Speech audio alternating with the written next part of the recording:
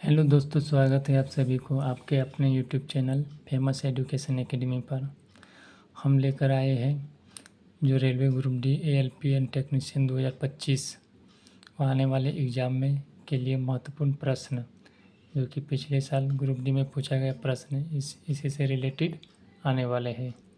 तो जो भी नए देख रहे हैं चैनल पे वीडियो, वो सब्सक्राइब कर ले ताकि ऐसे वीडियो आपको रोज़ मिलते रहेंगे। ठीक है, तो चलो शुरुआत करते हैं पहला प्रश्न से। पहला प्रश्न में कहा गया है कि 1 वर्ष पहले साकेत और तिलक की आयु का अनुपात क्रमशः 5:6 है। 4 साल बाद यह अनुपात 6:7 हो जाता है। तो साकेत की वर्तमान आयु क्या है?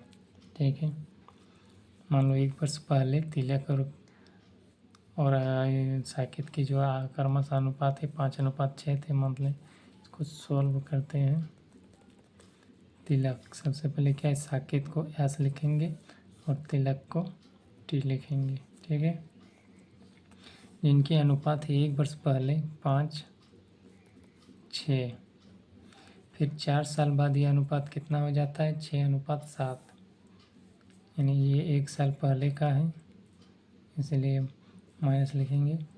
और बाद में 4 साल बाद है, इसलिए प्लस 4 साल बाद कितना 6:7, 6 और 7। ठीक है, तो देखते हैं इन दोनों, ये 1 साल पहले का है और ये 4 साल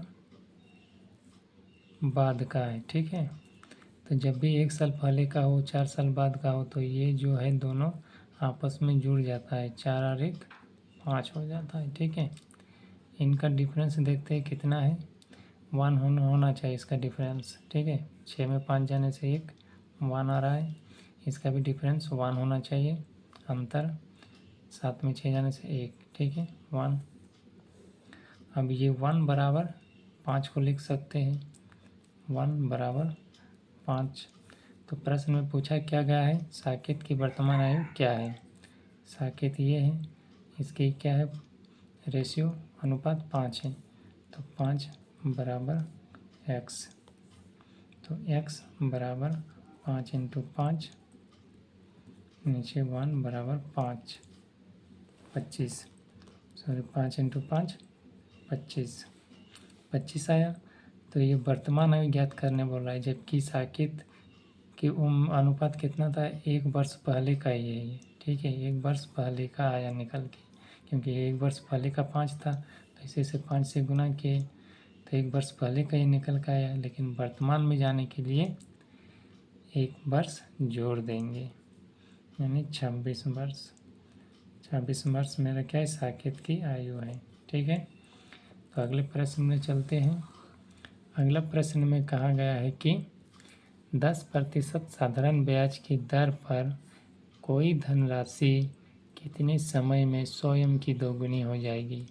जब भी इस तरह का प्रश्न दिया हो तो एक सूत्र होता है n-1 इंटू 100% डिवाइड बाई दर। ठीक है, तो बराबर n को क्या लिखेंगे, n को लिखेंगे, ये दोगुनी हो जाती है ना, इसी को लिखेंगे, दोगुनी हो जाती है यानी 2 गुनी, तो n की जगह 2 लिखेंगे, 2 माइनस 1 के 1 ही रहने देते हैं, इंटू 100, और दर कितना है 10%। ठीक है, बराबर 2 में 1 जाने से 1 इंटू 100 बराबर 10%। ठीक है, 10 से इसके डिवाइड करेंगे, 10 से 100, यानी बराबर 10%। 10 समय क्या पूछा है, कितने समय में, यानी 10 वर्ष हो जाएगा इसका समय। ठीक है, इसी तरह बनेगा। और एक बार समझा देते हैं, जैसे कि 10% वार्षिक साधारण ब्याज की दर पर कोई धनराशि कितने समय में स्वयं की दोगुना हो जाएगी। तो इसका एक फार्मूला होता है n-1 इंटू 100 बटे दर। n की जगह हम लिखेंगे ये दोगुनी, 2 है, 2 गुनी 2 लिखेंगे, 2 माइनस 1 इंटू 100 बटे दर, यानी 10। दर 10 है तो दर 10 लिख दिया, और 2 में 1 जाने से 1 इंटू 100/10, ये 10 को डिवाइड किए 100 से तो 10 वर्ष आंसर आया। तो अगले प्रश्न में चलते हैं। अगला प्रश्न में कहा गया है कि 5/6, 6/5 और 3/2 का लघुत्तम समावर्तक ज्ञात करें। जब भी बोलेगा लघुत्तम तो इसको देखो सॉल्व करते, पहले उतारते प्रश्न को। 5/6, 6/5 और 3/2, तो हमें निकालने क्या बोल रहा है, एलसीएम यानी लघुत्तम समावर्तक। जब भी लघुत्तम समावर्तक निकालने बोलेगा तो ऊपर के हिस्सा को हम लघुत्तम निकालेंगे एलसीएम, और नीचे को क्या निकालेंगे, एचसीएफ। तो ऊपर का एलसीएम कितना होगा, देखो सबसे बड़ी संख्या क्या है, 6। 6 को एक ऐसी मल्टीपल करना है जो तीनों से कट जाए। 6 दूनी 12, 12 आ रहा है तो 12 तो 6 से कट रहा है, 3 से कट रहा है, लेकिन 5 से नहीं कट रहा है। और 6 का 3 गुना करेंगे 18, 18 तो 6 से कट रहा है, 3 से कट रहा है, 5 से नहीं कट रहा है।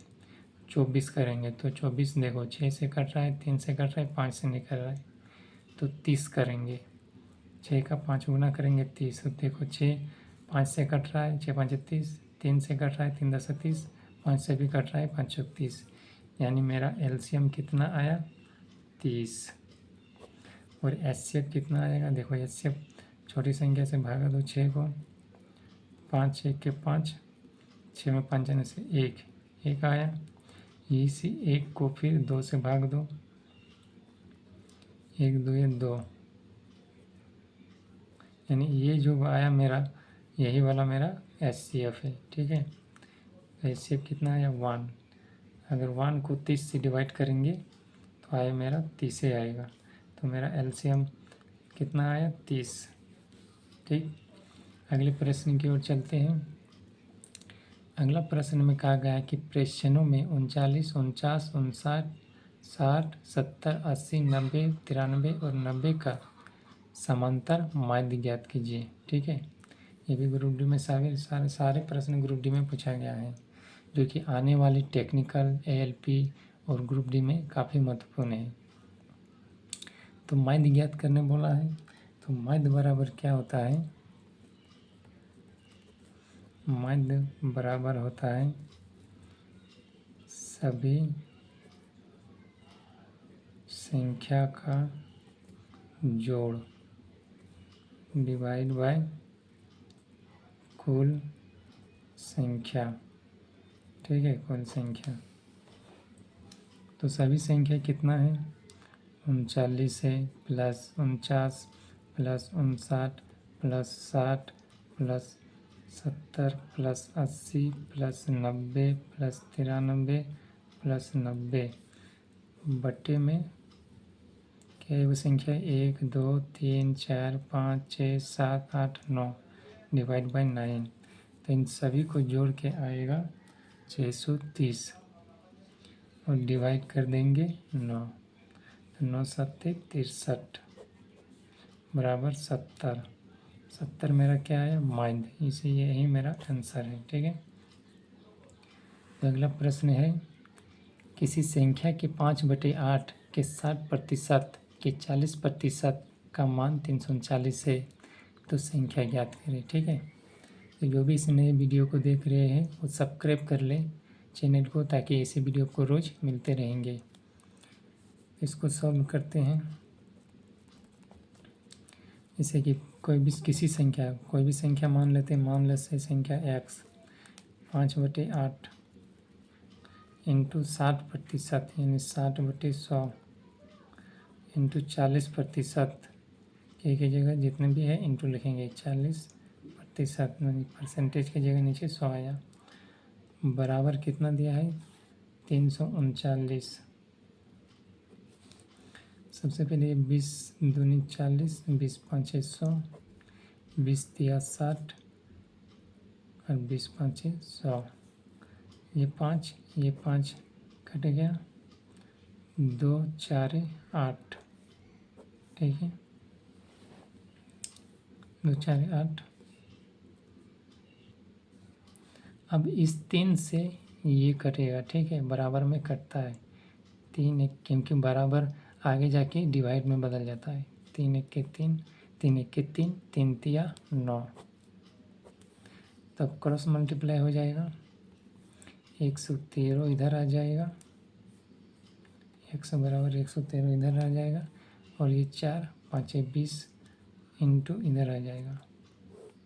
113 इंटू 20 को जब डिवाइड करेंगे, मल्टीपल करेंगे, तो आ जाएगा 2260। यही मेरा आंसर है, ठीक है, यही मेरा आंसर है। 113, सॉरी दिख नहीं रहा था, देखो इस तरह काट दिए तो ऊपर में बचा 3, 1 3, 3 1 3, 3 तीनों कट गया, तो 113 इधर बचा, ठीक है, और नीचे में बचा 4 और 5, तो 4 5 20 गुना कर दिए थे क्रॉस मल्टीपल, तो 113 इंटू 20 बराबर 2260। यही मेरा आंसर है, ठीक है। तो अगर वीडियो को पसंद आया तो लाइक ज़रूर करें, कमेंट करें और चैनल को सब्सक्राइब कर लें, ताकि ऐसे वीडियो आपको रोज़ मिलते रहेंगे। जो आने वाले एग्ज़ाम के लिए काफ़ी महत्वपूर्ण प्रश्न है। तो फिर अगले क्लास में मिलते हैं नए प्रश्न के साथ। तब तक के लिए धन्यवाद एवं जय हिंद।